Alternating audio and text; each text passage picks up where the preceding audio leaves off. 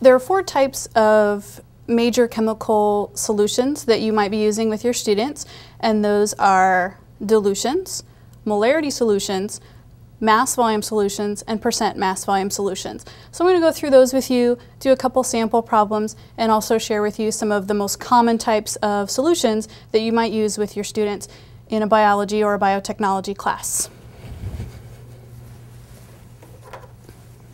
Okay. So again, the 4 types of solutions: dilutions, molarity,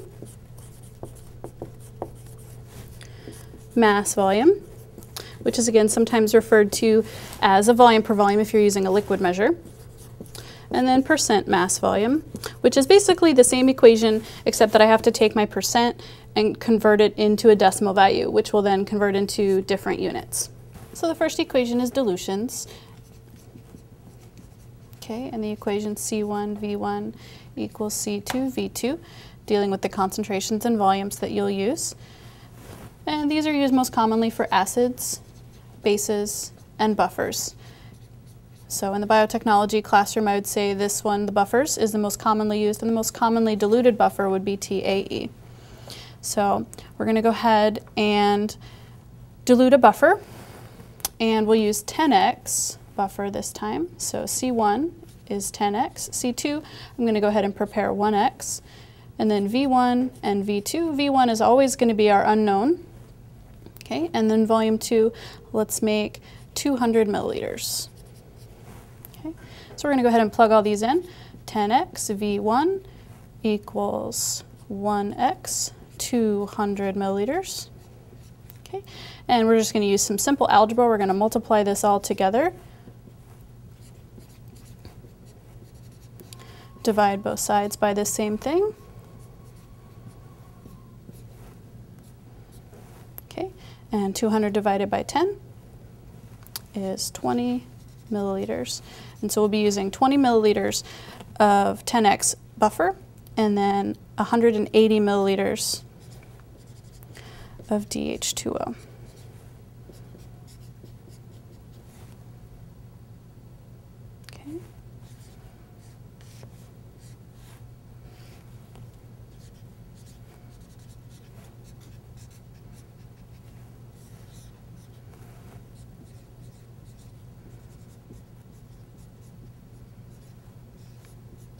Okay. And I always have my students do a drawing to help remind them 2 months later how to prepare a chemical. Okay, the next equation is molarity. And you're going to do this a lot. There'll be lots of different solutions that call for 1 molar, 0.2 molar, etc. If your students make buffers from scratch, they'll need to use molarity. And again, the equation for this is the volume desired in liters times the molecular mass of the chemical in grams per mole times the molar concentration desired, and again the units for molarity are moles per liter. And so you'll see here that these will cancel out and we're going to be left with an answer in grams. So one of the most common chemicals we use is sodium chloride.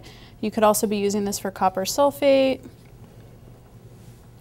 Pretty much anything in the lab you might use this equation for. We like to use sodium chloride because it's an inexpensive chemical and it teaches our students to prepare these solutions. So I'm going to prepare a 1 molar solution of sodium chloride and I'm going to make 100 milliliters. Okay. My students typically make less, but 100 is easy for you to see the math. Okay, so first of all, I have to convert 100 milliliters to liters, so that's 0.1 liters. The molecular mass of sodium chloride is about 58.4 grams per mole, and I'm going to do 1 mole per liter. And so you can see here that my mole units are going to cancel. My liters units are going to cancel. I'm going to be left with my answer in grams. And all I need to do is multiply across the top and divide by anything on the bottom. Of course, on the bottom I've got ones, so I won't have to be dividing by anything. 58.4 times 1 times 0.1 is going to be 5.84 grams of sodium chloride. And we're going to go ahead and prepare that solution. Students, step 1, you're going to add about half the water, about 50 milliliters of DH2O. Step 2, you want to go ahead and add the powder. This will help prevent any clumps from forming at the bottom of your flask as the solution is being prepared. And then third, they're going to do what's called a fill to. In this solution, this 5.84 grams takes up volume. And so if you add 100 milliliters of water, you're actually going to have about 106 milliliters worth of solution. And so we're going to fill to 100 milliliters. Okay, so step 2 will be adding the chemical, and then step 3 will be fill up to 100 milliliters with distilled water. Now, if the students are having problems getting this to go into solution, you can use warm water, and that will help dissolve the chemical faster.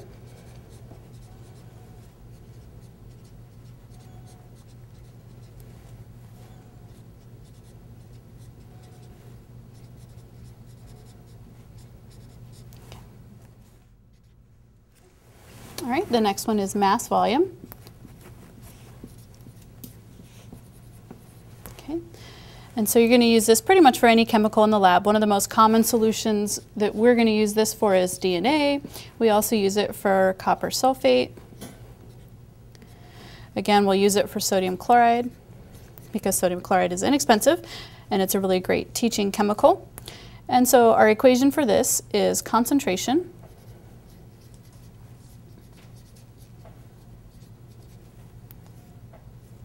times volume, and that's going to equal my mass. Okay, so in shorthand, we're going to get this. So I'm going to go ahead and prepare a 0.1 milligrams per milliliter solution of DNA. Okay, and I'm going to prepare 10 milliliters of that solution. So my concentration is 0.1 milligrams per milliliter. And I'm going to multiply that times my volume of 10 milliliters. And I'm going to be left with a mass over here on this side. As you can see, milliliters will cancel, and my mass is going to be milligrams. And I simply cross everything out and multiply across. 0.1 times 10 is 1 milligram. And so I'm going to need 1 milligram of DNA. Okay. And so what I'm going to do is convert this to grams. Most balances can't measure in milligrams. And so 1 milligram is equal to 0.001 grams of DNA.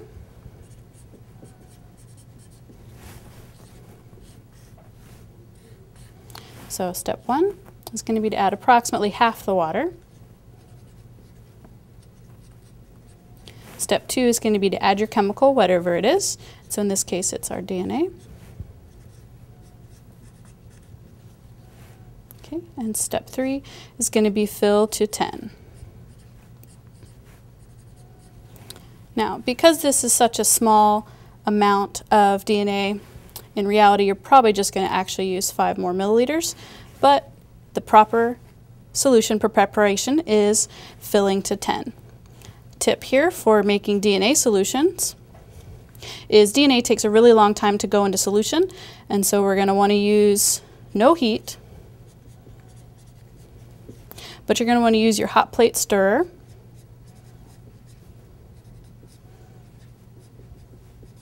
And you may have to let that sit in the fridge overnight while stirring to fully go into solution. And the fourth equation is percent mass volume. And this equation is going to look very familiar because once we convert the percent, it's just the same equation we just used. So this is percent converted to decimal, and that will become grams per milliliter volume, concentration measurement. And so I will then have concentration times volume equals mass. So again, it'll be the same equation. I just have one extra step of converting my percent concentration into a decimal concentration, and my units will change from percent into grams per milliliter. Now, the most common chemical used for this in biotechnology is going to be agarose. Okay. And so we're going to go ahead and prepare a 1% agarose solution so you can see how you would do this for your classes. The most common concentrations are 1% and 0.8%. And so we're going to convert that to a decimal by dividing by 100, which is moving the decimal 2 to the left. And so I come up with 0.01 grams per milliliter times, the average gel takes approximately 40 milliliters of gel. And so we're going to, again, cancel out our milliliters. We're going to be left with an answer in grams. 40 times 0.01 is 0.4 grams of agarose. Now, the most important thing when preparing agarose is to remember, do not use water. You have to use buffer. And so we also have to do a dilution to make sure your students have the correct concentration of TAE. So if I have 10x TAE, to prepare a gel, I need 1x TAE. So I'm going to do a quick dilution.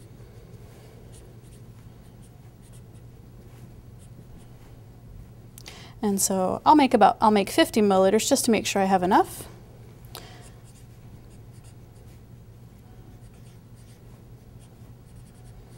Okay, divide both sides by my concentration, which is 10x. Okay, and you'll see that the x's cancel. On this side, the whole 10x's cancel. My volume I'm left with, 50 divided by 10, is 5 milliliters. Okay, so I'm going to have two drawings here. The first is going to be for making buffer. Okay, step 1 will be half the water, which is about 25 milliliters of water. Step 2 is my chemical, which in this case is the 10x TAE, and I need 5 milliliters. So that's going to be step 2. And then step 3 is going to be to add the rest of my water, which is 20 mil. So I've got 25 and 5, so I need about 20 more milliliters of DH2O. Okay, and then swirl to mix. The next thing we're going to need to do is prepare our agarose. Okay, again in a flask. In order to prepare agarose, you do have to microwave it to get it to go into solution. So step 1 is going to be approximately half of my water, so 20 milliliters. Except this, we're not using water, we're using buffer. So 20 milliliters of TAE. Step 2, my chemical, which is 0.4 grams of agarose. Okay, and then step 3, again, this is a negligible volume, so I can add my other 20 milliliters, as well as you'll lose some in the microwaving process.